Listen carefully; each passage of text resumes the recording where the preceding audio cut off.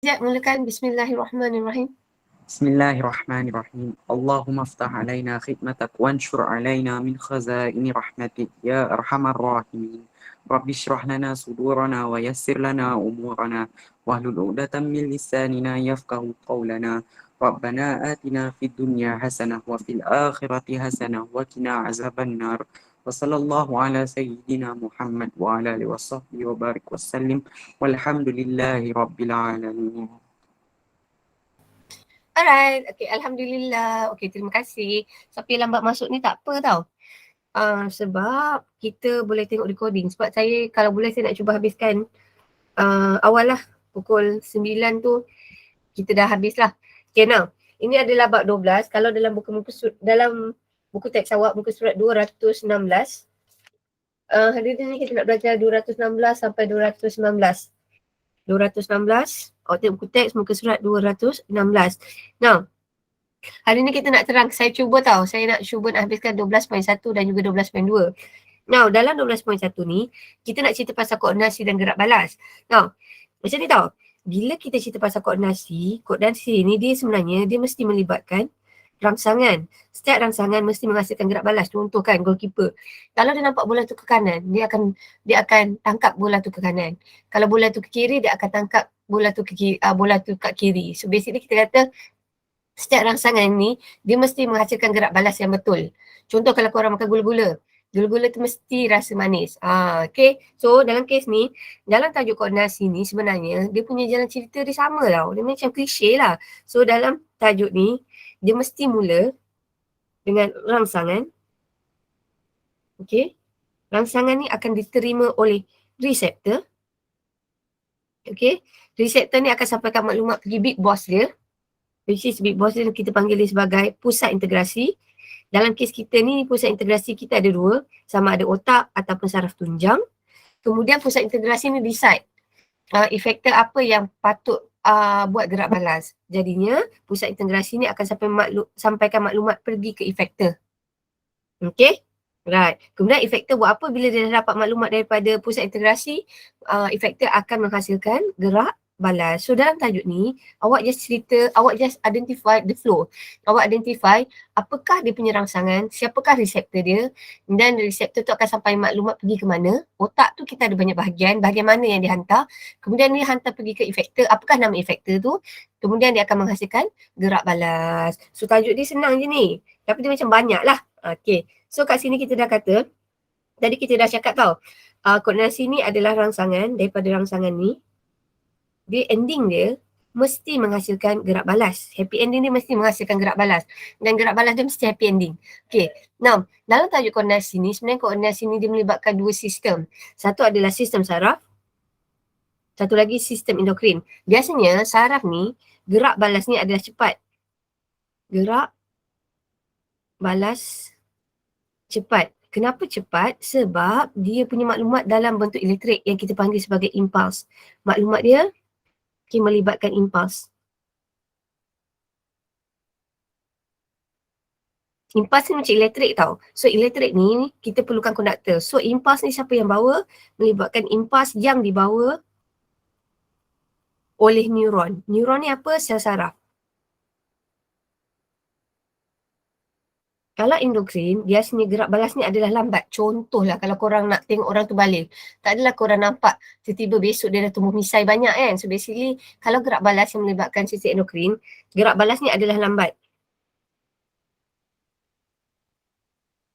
Gerak balas lambat. Kenapa lambat? Sebab dia melibatkan maklumat dalam bentuk kimia yang kita panggil dia sebagai hormon. Tapi jalan cerita dia tetap sama. Dia mesti ada rangsangan dan dia mesti hasilkan gerak balas dan dia mesti ada pusat integrasi dia. Okay? Now, so sekarang kita nak cerita pasal rangsangan ni sebenarnya ada dua jenis tau. Satu adalah rangsangan luar, satu adalah rangsangan dalam. Biasanya rangsangan luar ni adalah lebih banyak. Contohnya bunyi, suhu yang sejuk kat luar. Apa lagi banyaklah. Kalau yang dalam adalah macam pH, kepekatan karbon dioksida ada dalam badan kita, aras gula yang meningkat dalam badan kita, itu adalah rangsangan dalam. Setiap rangsangan ni, reseptor dia nama lain-lain tau. So, saya ulang tau. rangsangan akan diterima oleh reseptor. Rangsangan yang berlainan akan diterima oleh reseptor yang berlainan. Maksudnya setiap rangsangan itu ada reseptornya yang tersendiri. Contoh. Okey, contoh. Ni rangsangan tadi kita kata ada 2 jenis tau. Satu adalah rangsangan dalam. Rangsangan dalam ni biasanya tak banyak. Kita ada aras gula.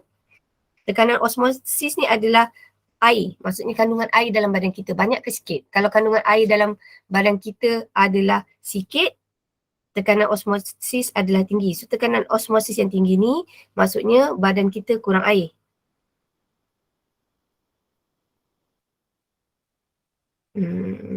Okay, kalau suhu badan katakanlah macam demam.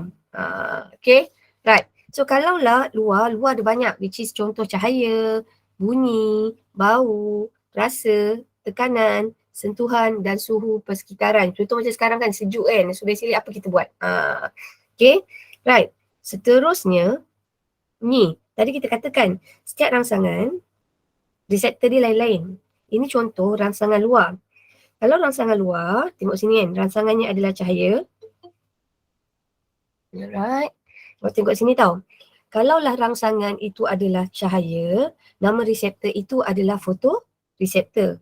Kalaulah rangsangan itu bahan kimia, nama reseptor itu adalah kemoreseptor. So kesimpulannya, setiap rangsangan reseptor dia lain-lain. Dia tak sama. Okay, kalau bunyi, mekanoreseptor. Kalau lokasi, yang ini letaknya dekat mata, yang ini letak hidung atau lidah, yang ini telinga. Kalau sentuhan, tekanan, yang ni sama, lebih kurang sama, mekanoreseptor. Yang ni ada dalam mentah tau. Kemudian, kalaulah rangsangan itu adalah rangsangan dalam, contoh, kalau aras gula dalam darah, okay, apakah nama reseptor yang terima? Yang terima adalah kemoreseptor. Kalaulah tekanan osmotik, maksudnya badan kita ni kurang air atau terlebih banyak air, reseptor yang terima adalah osmoreseptor. Kemudian letak dia lain. Kalau kemoreseptor untuk aras gula, letaknya dekat pankreas. Kenapa kat pankreas? Sebab pankreas ni hasilkan hormon. Hormon, kalau pankreas ni awak ingat hormon dia ni, PEG. P-I-G. So hormon pankreas, dia hasilkan hormon insulin dan juga glukagon. Alright. So kesimpulannya kita nak cakap macam ni. Bila kita cerita pasal koordinasi, bila kita cerita pasal koordinasi melibatkan awal cerita dia adalah rangsangan. Ending cerita dia adalah gerak balas. Okay, so kita kata koordinasi yang betul. Maksudnya apakah yang dimaksudkan koordinasi yang betul? Koordinasi yang betul apabila rangsangan itu diterima dan gerak balasnya adalah betul. Contoh, kalau awak tengok dalam buku teks awak, pada muka surat 216 macam ni kan, flow cerita dia dalam tajuk buku koordinasi ni semua sama tau. Dia akan mula, flow cerita dia mesti rangsangan. Cuma awak spesifikkan dalam kes ini apakah nama rangsangan. Rangsangan contohnya bunyi telefon tu berdering. So rangsangan bunyi telefon. Kemudian rangsangan ni akan diterima oleh reseptor. Okay, so reseptor ni akan sampaikan maklumat pergi ke pusat integrasi. Tetapi dalam kes ini maklumat itu adalah dalam bentuk impuls. Okay, kenapa dalam bentuk impuls? Sebab gerak balas dia cepat. Impuls ni sebenarnya adalah maklumat dalam bentuk kimia. Dalam bentuk elektrik. Kemudian dia akan sampai maklumat pergi ke big boss dia. Dalam kes ni, big boss dia apa? Big boss dia adalah otak. Kemudian otak ni akan tafsir. Siapa yang patut bagi gerak yang menghasilkan gerak balas? So otak akan sampaikan maklumat pergi ke efektor. Dalam kes ini, efektor itu adalah otot dekat tangan. So efektor akan buat apa? Efektor akan menghasilkan gerak balas. Apakah gerak balas dia? Menjawab telefon. So senang kata, dalam tajuk koordinasi, jalan cerita dia semua sama. Setiap rangsangan akan menghasilkan gerak balas. Dan gerak balas itu mesti sesuai dengan rangsangan. Kalau dia tak sesuai, kita kata koordinasi dia tak bagus. Contoh goalkeeper kan, macam World Cup sekarang. Kalau awak nampak bola tu ke kanan, dia ke kiri. So kita kata koordinasi dia tak bagus sebab rangsangan tu bola tu ke kanan. Gerak balas tu dia ke kiri. So therefore kita kata rangsangan dengan gerak balas dia tidak selari, tak koordinate. So kita kata koordinasi dia adalah kurang. Okey, kejap. Alamak. So far sampai sini boleh faham tak? Saya tak bolehlah lama tau tajuk ni sebab saya rasa saya rasa macam paranoid tau sebab saya tak dapat tengok muka awak. So basically saya tak tahu awak faham ke tak. So far okey. Ziad okey tak Ziad? Okey. Boleh faham Ziad? Laju sangat tak? Boleh. Boleh. Alright. Alamak apa saya buat ni? Sekejap. Right, so kita teruskan. Sekejap. Saya tak tahu kenapa iPad saya dia macam cepat disconnected. Sekejap.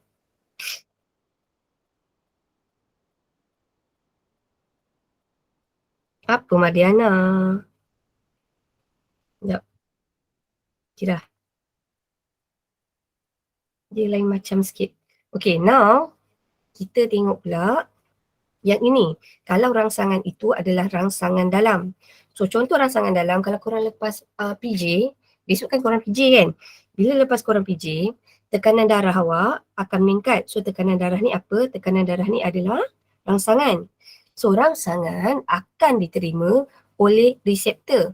Dalam kes ini, reseptor kita adalah baroreceptor. Kenapa baroreceptor? Sebab dia ada kaitan dengan tekanan. So baroreceptor ni akan sampaikan maklumat pergi ke big boss. Dalam kes kita, big boss kita adalah otak. Otak kita ada 3 bahagian tau. Yang paling besar ni namanya cerebrum. Yang dekat belakang ni namanya adalah cerebellum. Yang dekat leher ni, pangkal leher ni namanya adalah medulla oblongata. So medulla oblongata ni sebenarnya kontrol apa? Kontrol tindak balas luar kawal. Kalau korang tengok cerita Mak Saleh, konon kan, tengok cerita Mak Saleh apa-apa kan, kalau dia pergi tetak dekat bahagian leher kan, orang tu pingsan. Kenapa? Sebab kononnya yang dia tetak tu adalah medulla oblongata dia. Medulla oblongata ni dia kawal tindakan luar kawal. Contohnya bernafas dan juga denyutan jantung. Okay, now, so tadi, lagi sekali saya kata, rangsangan dia adalah tekanan. Tekanan akan diterima oleh reseptor. Dalam kes kita, reseptor adalah baroreceptor. So baroreceptor akan sampaikan maklumat pergi ke pusat integrasi. Dalam kes ini, pusat integrasi kita adalah otak. Otak bahagian mana? Bahagian medulla oblongata.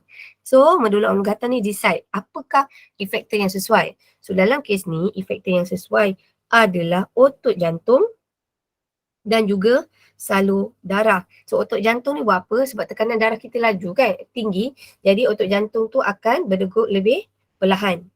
Kemudian salur darah kita buat apa? Salur darah kita ni akan kembang. Sebab tu muka kita merah. Okay, kembang untuk menurunkan tekanan darah pada julat yang normal. So far sampai sini okey tak? Okey. Alright, okay now. Saya slow-slow je, saya tak nak banyak-banyak. Tapi kita kena gerak tau, walaupun tak banyak, at least we have to move forward. Tak kisahlah kita jalan ke lari ke, as long as we move forward. So kesimpulan, macam kita kata, dalam tajuk yang ini, bila kita cerita pasal koordinasi ni melibatkan rangsangan. Rangsangan akan diterima oleh reseptor. Kemudian reseptor akan sampaikan maklumat pergi ke pusat integrasi.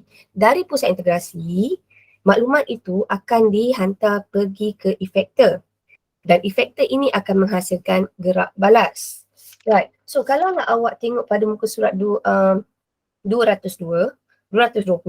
tadi saya dah kata, dalam tajuk koordinasi ni ada 2 sistem yang terlibat. Satu adalah sistem saraf, satu lagi adalah sistem endokrin. Dalam sistem saraf, ia melibatkan maklumat dalam bentuk impuls yang dibawa oleh neuron.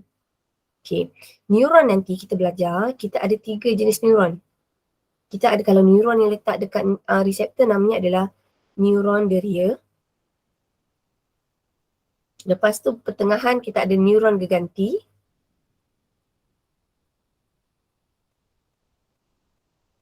Kemudian kita ada neuron yang dekat dengan efektor namanya adalah neuron motor. Alright.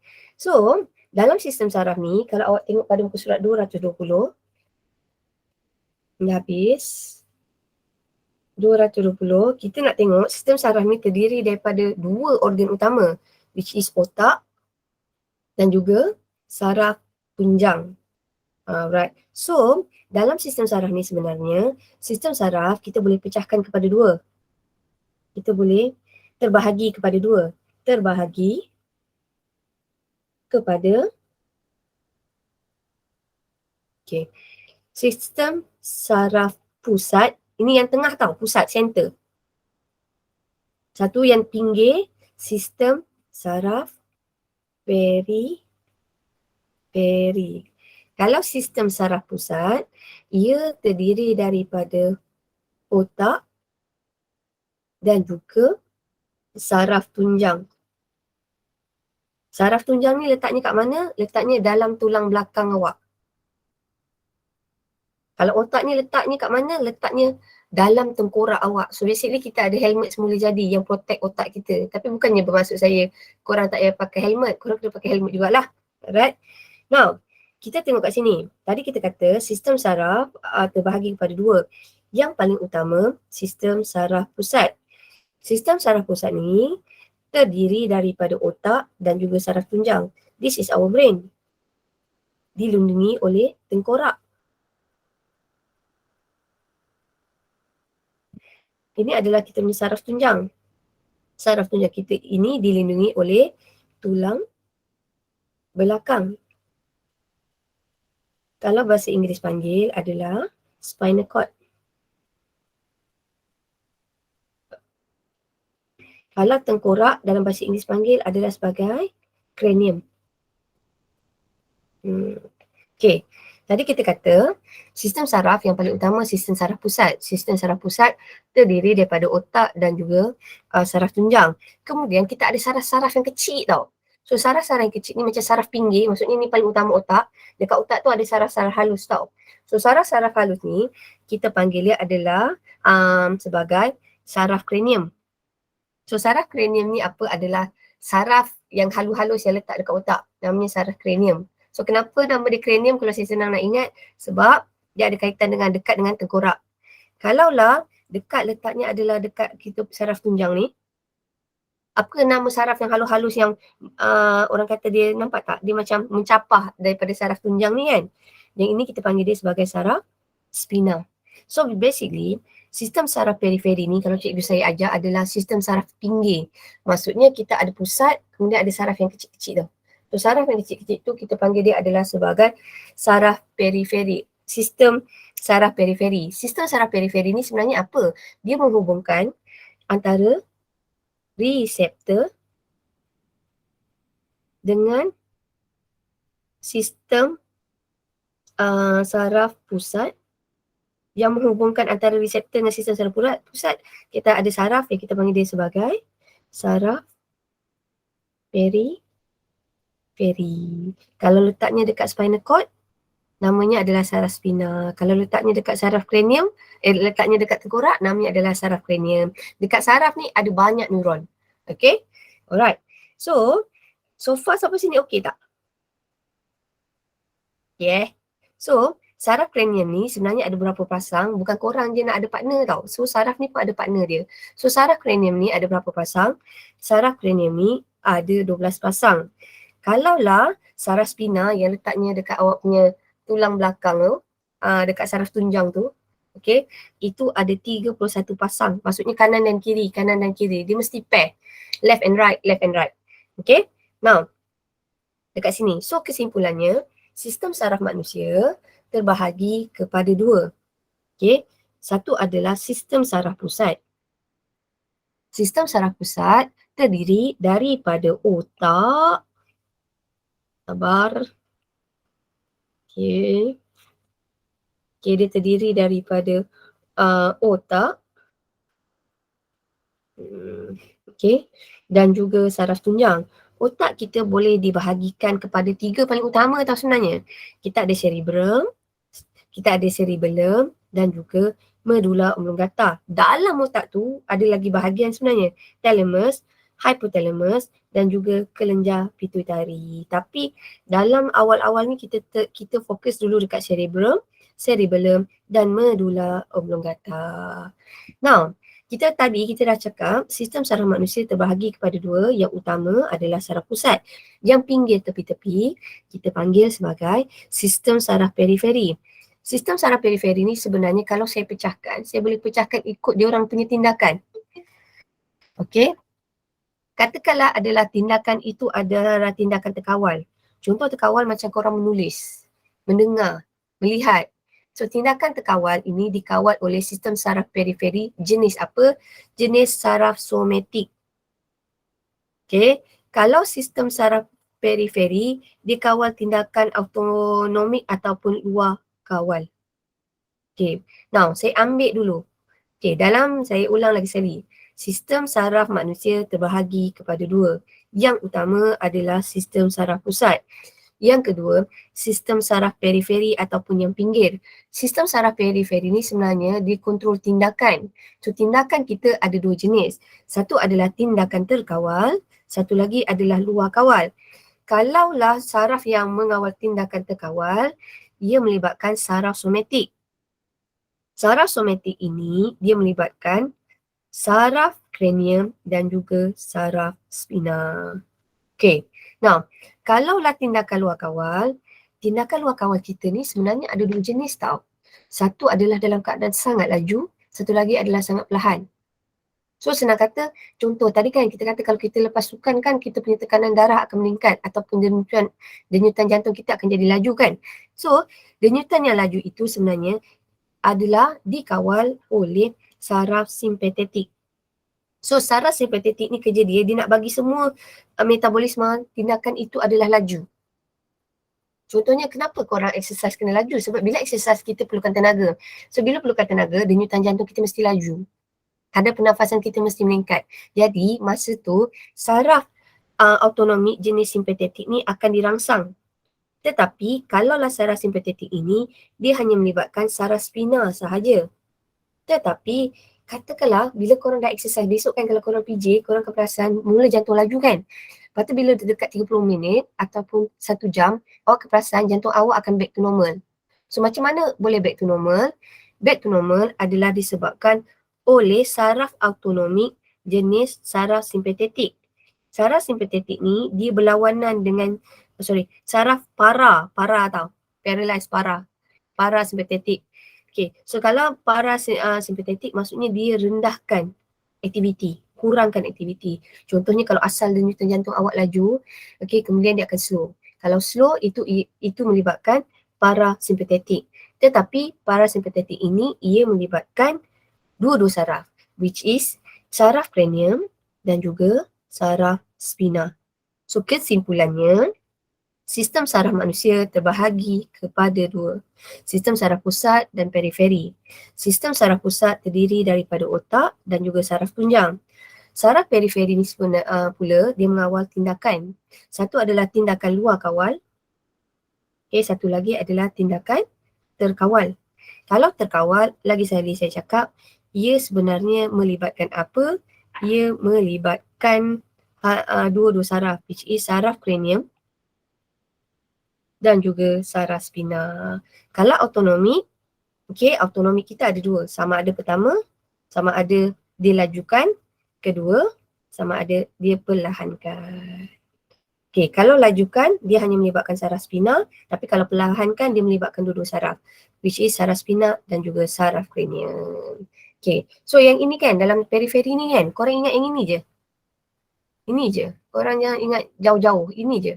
Okay, kita nak fokus dekat sistem saraf pusat je. Periferi ni kita just touch je. Tapi korang kena tahu. Okay, now dalam sistem saraf pusat tadi, kita dah cakap dia terdiri pada dua paling utama. Dalam konteks awak adalah pada muka surat 221.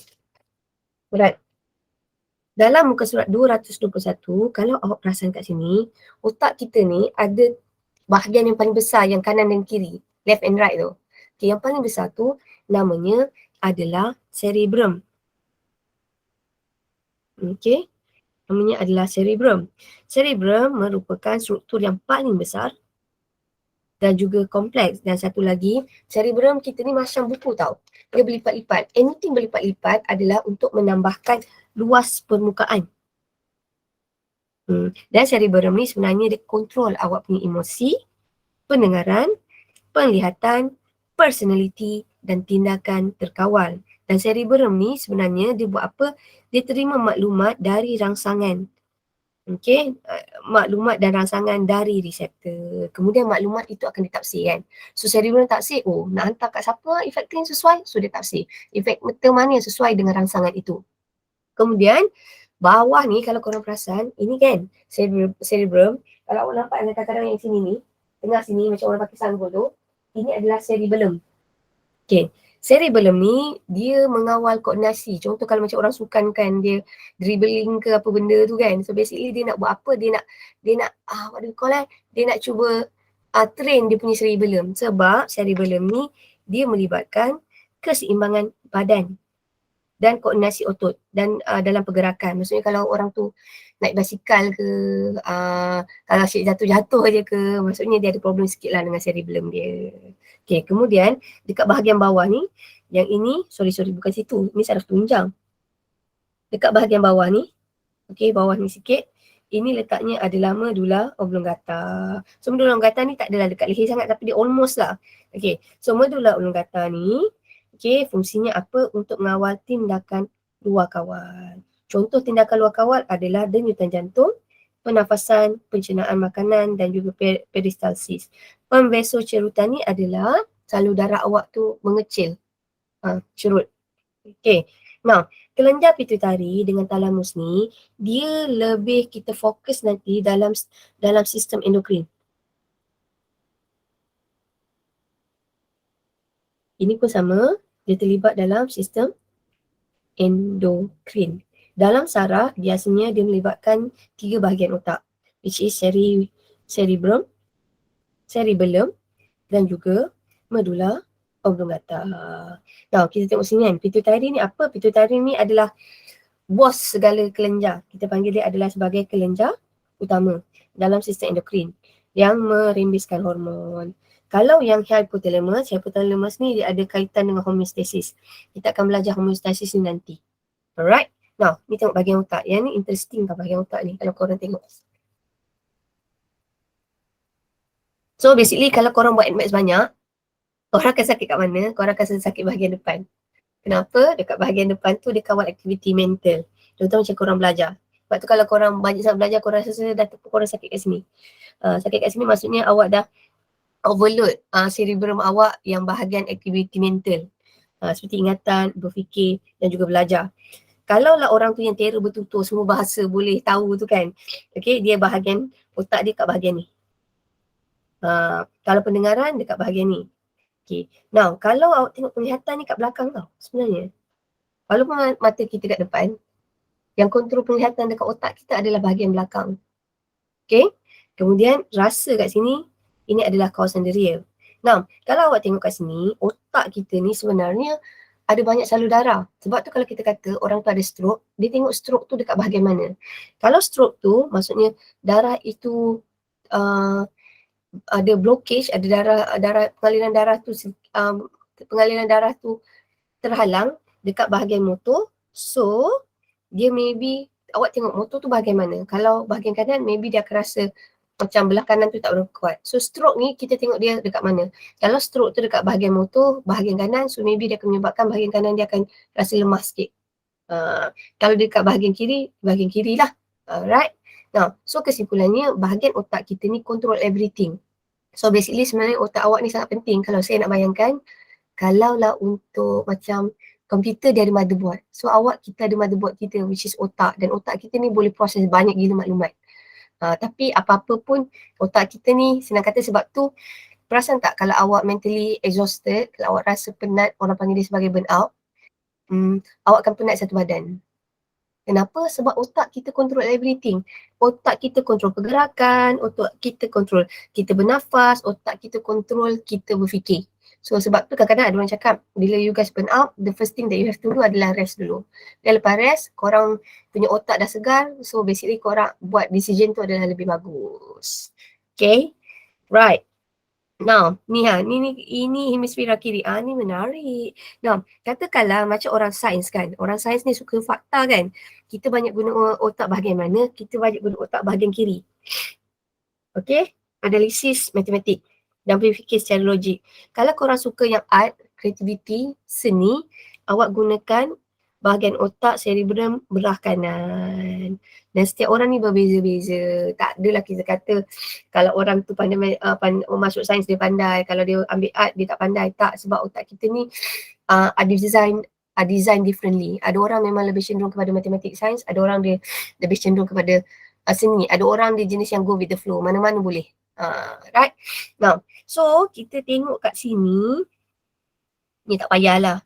Right, medulla oblongata. Medulla oblongata ni dia mengawal tindakan luar kawal. Ni tadi dah. Thalamus ni tak payah. Hypothalamus pun malas. Okay, so kita sekarang nak tengok sistem saraf pusat yang kedua. Selain otak, kita ada saraf tunjang. Right. So saraf tunjang ni, apakah fungsi saraf tunjang? Kalau dalam buku teks awak adalah pada muka surat. Ya.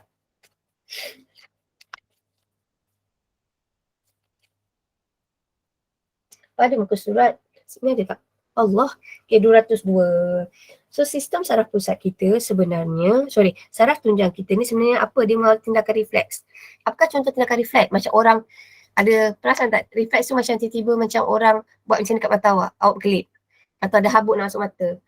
So awak berkelip. So refleks tu sebenarnya adalah satu tindakan badan kita fikir kita dalam keadaan bahaya. So kita refleks. Macam rangsangan tu kita takut rangsangan itu adalah bahaya. So kita punya gerak balas mata kita tertutup. So refleks ni adalah satu tindakan yang badan kita terus bagi gerak balas yang sangat automatik. Sebab kita rasa kita dalam bahaya. Contohnya macam ada air panas kan. You guys pegang. Lepas tu dengan refleks ni korang tarik. Sebab kita rasa kita dalam keadaan bahaya. Alright. So saraf tunjang ni, sekejap.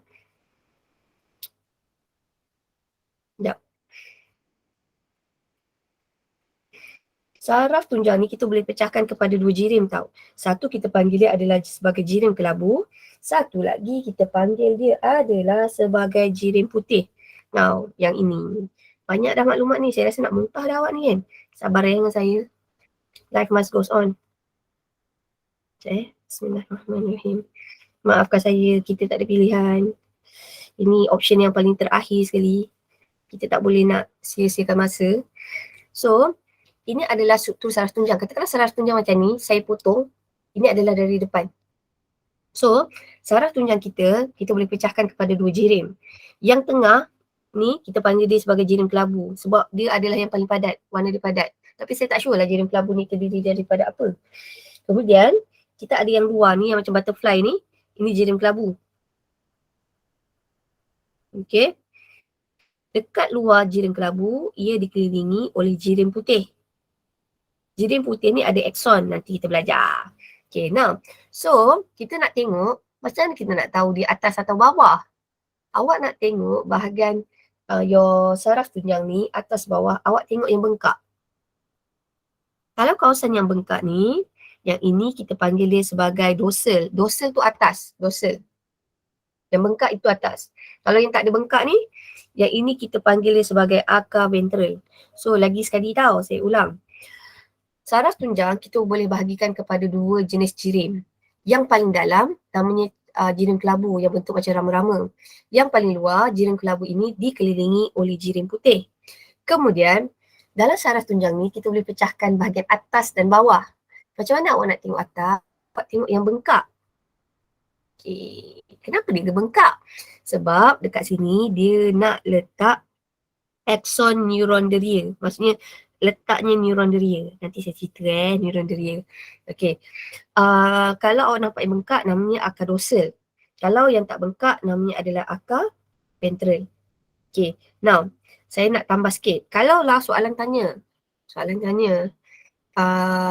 Lukiskan anak panah pergerakan impuls. So, kalau anak panah pergerakan impuls, awak tengok bahagian bengkak. So, impuls tu dia mesti mengalir daripada sini, sini, sini, sini. Mesti daripada atas yang bengkak turun ke bawah.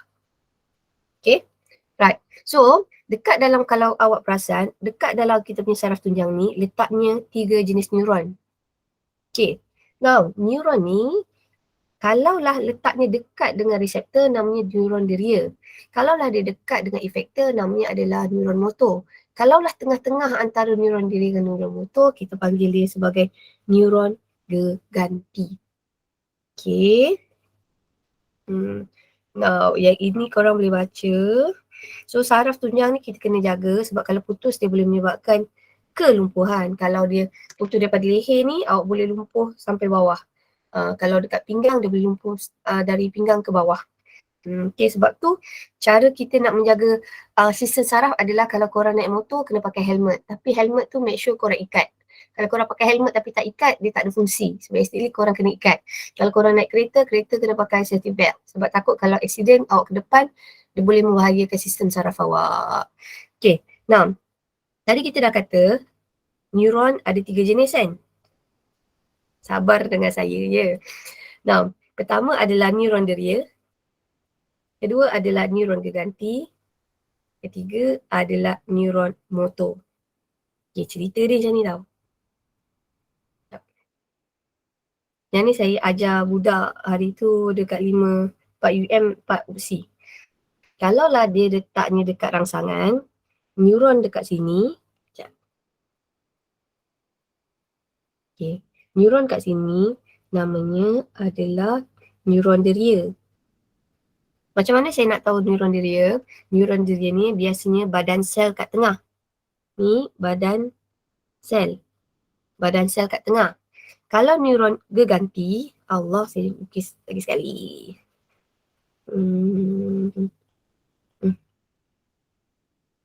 Sekejap.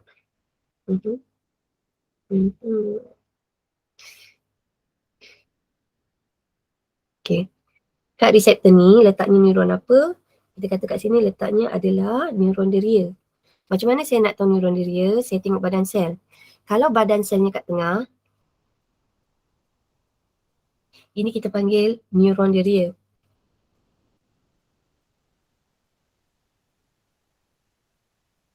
Kalau dia macam kontut, macam ni je, kontut je. Okay, badan sel, ini tetap badan sel, macam mata satu ni. Sekejap. Okay, ini badan sel. Ini adalah neuron geganti. Biasanya neuron geganti ni letaknya mana? Dia letak dekat pusat integrasi kita. Kalaulah dia dekat dengan efektor, sini namanya neuron motor. Allah, sabar. Macam ni. Badan selnya ada kat hujung. Badan sel. Okay. Now, so kalaulah pergerakan impuls adalah dari sini. Impuls tu bergerak dari sini. Okay. Ni impuls. Lepas tu, dia ada banyak nama kan. Kalau awak tengok pada muka surat, 223. Okay, yang ni sabar. Sebelum badan sel, bahagian yang ini kita panggil adalah sebagai dendrit. Ini namanya adalah dendrit. Yang sini namanya adalah akson. Senang kata, sebelum badan sel huruf D, dendrit. Lepas badan sel namanya akson. Neuron geganti pun sama. Sini dendrit, sini akson. Sini dendrit, yang sini adalah akson. So kalau orang tanya apakah perbezaan struktur antara neuron deria dan juga neuron motor, adalah dari segi dendrit dengan akson dan juga kedudukan badan sel. Ini soalan SPM dulu tau. Kalau dia kata apakah perbezaan struktur neuron deria dengan neuron motor, awak kata pertama, neuron deria badan selnya di tengah. Kalau neuron motor, badan selnya di hujung. Kalaulah akson, kita compare dengan neuron motor, akson ni pendek sikit. Sini adalah panjang. Dendrit pula terbalik. Dendrit ni pendek. Sini adalah panjang. Sorry. panjang. Now, apakah fungsi akson dan dendrit? Sebenarnya fungsi dia sama tau. Dua-dua membawa impuls. Okey, cuma kalau sebelum badan sel namanya dendrit. Selepas badan sel namanya akson. Tadi kita kata impuls ni adalah elektrik kan. Jadi kita nak pastikan impuls tu mengalir satu hala. Alright. Dendrit dengan akson ni dia mesti ada penebat kat luar tau. So penebat kat luar ni kita panggil adalah sebagai salut myelin. So dekat luar ni saya ambil sini je tau. Dia ada salut myelin. Tapi masalahnya Tuhan jadikan, janganlah tanya saya kenapa tau. Tuhan jadikan salut myelin kita ni bukan dia macam terus panjang je. Macam penebat macam tu. Okay. Dia ada kecil-kecil kat sini ni. Ada hole sikit kecil-kecil ni. Yang ini kita panggil dia adalah sebagai nodus Ranvier. So penebat ini namanya adalah salut myelin. Fungsinya adalah sebagai penebat. Antara salut myelin dia ada bahagian-bahagian tu yang kita panggil sebagai nodus Ranvier. Okay, kalau awak tengok pada muka surat 223, salur myelin ni apa? Fungsi dia selain menjadi penebat, dia juga boleh membekalkan neuron, membekalkan nutrien. Membekalkan nutrien. Okay, lepas tu kalau awak tengok dekat sini, dekat hujung akson ni, dia ada special sikit tau. Dia ada bonggol. Semua akson ni, dia ada bonggol. Okay. So bonggol ni kita panggil dia sebagai apa? Ini kita panggil adalah sebagai bonggol sinaps. Saraf ni, dia macam unik sikit tau. Kita nak cakap, impuls tu mengalir di sepanjang dendrit dengan akson ni tau. Tapi, bila dia sampai dekat bahagian ni, kalau awak perasan, Tuhan jadikan impuls kita bukan melekat macam ni tau. Dia bukan melekat tau. Dia ada riang kecil tau. So, riang kecil ni, ruang kecil tu, ruang ni kita panggil dia sebagai ruang sinaps. Ni yang complicated sikit tau. So, kita nak kata, asalnya maklumat dalam bentuk elektrik tau, di sepanjang dendrit dan akson. Bila dia sampai dekat bonggol sinaps, maklumat tu kena ditukar menjadi kimia. Menjadi kimia. Maklumat dalam bentuk kimia yang kita panggil dia sebagai neurotransmitter. Ni kita akan belajar nanti, dah banyak sangat dah ni. Transmitter. So basically, ini dalam bentuk kimia. Bila dia sampai dekat dendrit balik, dia akan jadi impuls. So bila sampai sini, impuls balik. Bila dia sampai dekat bonggol sinaps, dia akan jadi bahan kimia balik. Lepas tu, bila dia dah pergi dekat dendrit, dia akan jadi impuls. So kesimpulannya, penghantaran impuls ni, antara neuron ni ada dua, penghantaran maklumat antara neuron ni ada dua cara. Pertama, kalau di sepanjang neuron itu, maklumat itu dihantar dalam bentuk impuls. Tetapi bila dia tiba di ruang kecil ini, yang kita panggil dia sebagai ruang sinaps, impuls itu akan ditukar menjadi bahan kimia yang kita panggil sebagai neurotransmitter. Okay, right. So kesimpulan, hari ni kita nak belajar, laju sangat Hari ni kita nak belajar adalah koordinasi melibatkan dua sistem. Satu adalah sistem saraf, satu lagi adalah sistem endokrin. Dalam sistem saraf ni, kita boleh pecahkan kepada dua jenis. Satu adalah sistem saraf pusat yang terdiri daripada otak dan saraf tunjang. Satu lagi adalah sistem saraf periferi. Periferi yang terdiri daripada saraf spina dan saraf kranium.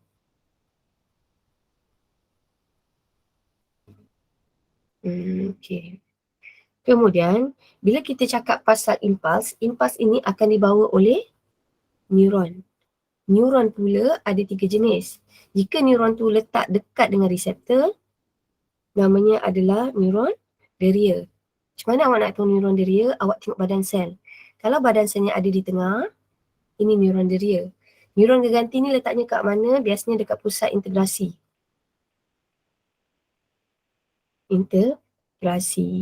So sama ada letaknya adalah di otak ataupun saraf tunjang. Kalau neuron motor letaknya kat mana? Jiran paling terdekat dia adalah efektor. So macam mana bentuk neuron motor? Bentuk neuron motor adalah badan selnya ada di hujung. So far sampai sini okey tak? Sekejap. Laju sangat ni. Faham cikgu? Okey. Saya rasa laju ni tak ada peluang untuk bertanya ataupun korang tak faham apa, nak tanya apa. Ke tiba-tiba bila dia online dia ada rasa malu-malu sikit. Sekejap. Alright. So, sekejap. Launch dulu. Sekejap. Saya bagi ada satu soalan tau. Korang jawab tau soalan ni. Jawab soalan dekat pool tau.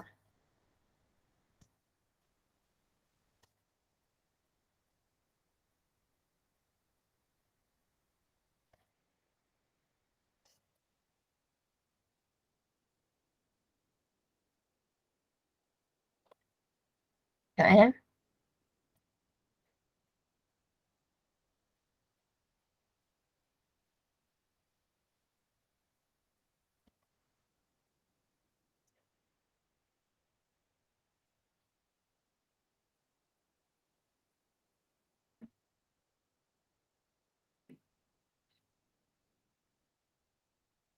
Okay, saya bagi ada satu soalan. Korang jawab. Nak.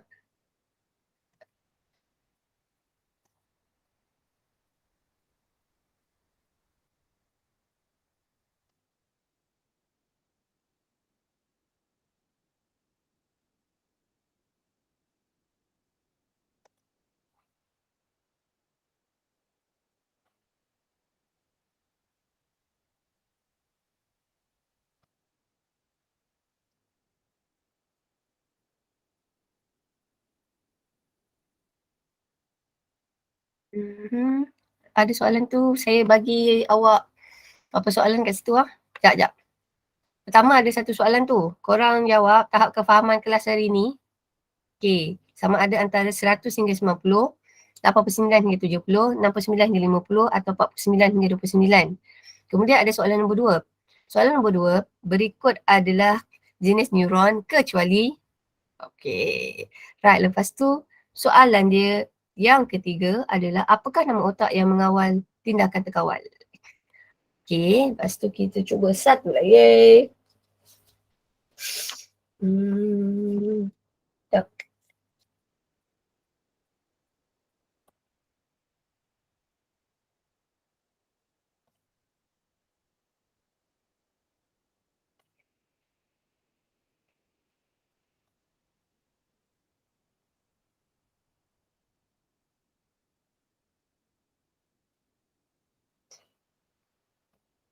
Ada satu. Ini senang sangat kot tapi dah macam terbuat lah. Sekejap Sekejap. Sekejap, saya nak tukar. Ini last.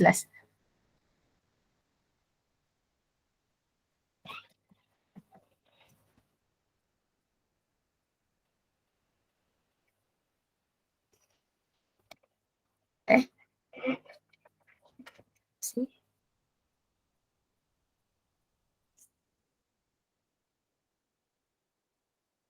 Dah sekejap nak easy susah.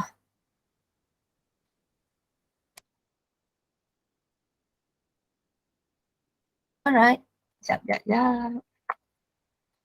Launch. Last. Alhamdulillah. Jom kita tengok kan. Saya share screen. Kita tengok jawapan awak. Sama ada boleh diterima atau tidak. Share screen. Start broadcast.